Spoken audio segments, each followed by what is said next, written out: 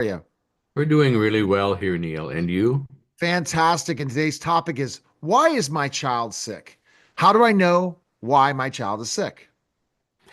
Well, you don't know exactly, but you can tell, I think, whether your child is sick. After your baby comes home, it will soon develop what I call sleep-wake cycles. In other words, the baby will mostly sleep, but it will wake up to eat. And if your baby sleeps too much or too long, that should be some kind of concern for moms and dads, and would be a reason to take your baby to the emergency room or your pediatrician. Does breastfeeding help my child stay well? I think it does really. It's been known to be useful and helpful for a long time. These antibodies in mom's milk are very protective.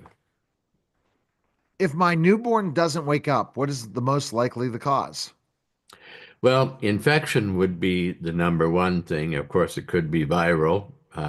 Babies can get sick from viral infections, but for the most part, if you're talking about a bacterial infection, the most likely cause would be group B, Streptococcus. Now, many babies are exposed to group B and don't get it, and some babies are exposed to group B, get it, but don't get sick from it.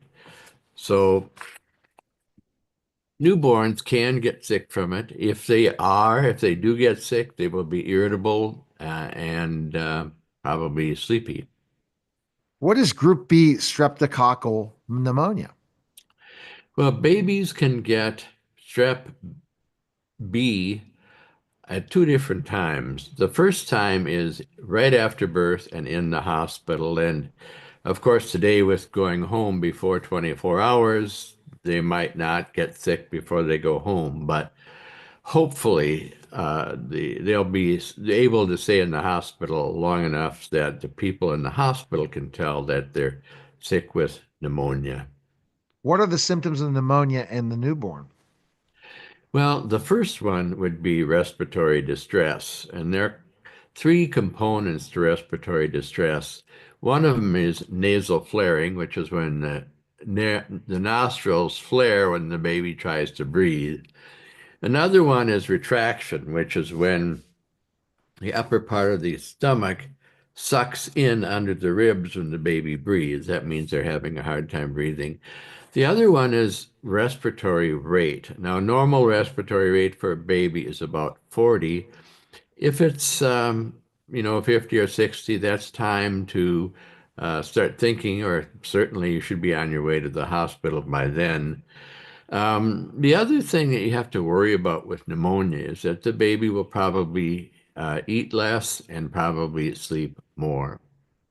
Can babies get meningitis from group B strep? Absolutely. We talked about Group B strep two times. The first time was right away in the hospital. The second time is meningitis, and that is about 3 months of age. Now, some babies get both. They get pneumonia and meningitis. Some babies just get pneumonia, and some babies just get meningitis. What are the symptoms of meningitis in a baby? Well, they will have a headache, although they can't tell us they have a headache. So they're going to be irritable and inconsolable. You can pick them up, try to get them to go to sleep or rest, and they won't. Eventually, if they get sick enough, they will go to sleep and they won't wake up. But you should take them to the hospital when you notice that their respiratory rate is up and they have nasal flaring. How is group B strep to be avoided? Well, the best way to avoid it for children, for the babies, is to have mom get treated during labor.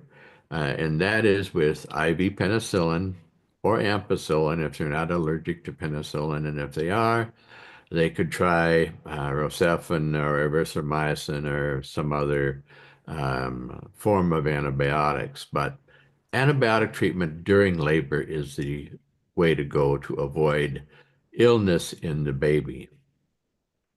All right. The best place to go is ruraldocallen.com and pick up Pregnancy Your Way. Available today on Amazon. Thanks, Doc. Thank you, Neil. All right. That was the Rural Doc Allen podcast, guys.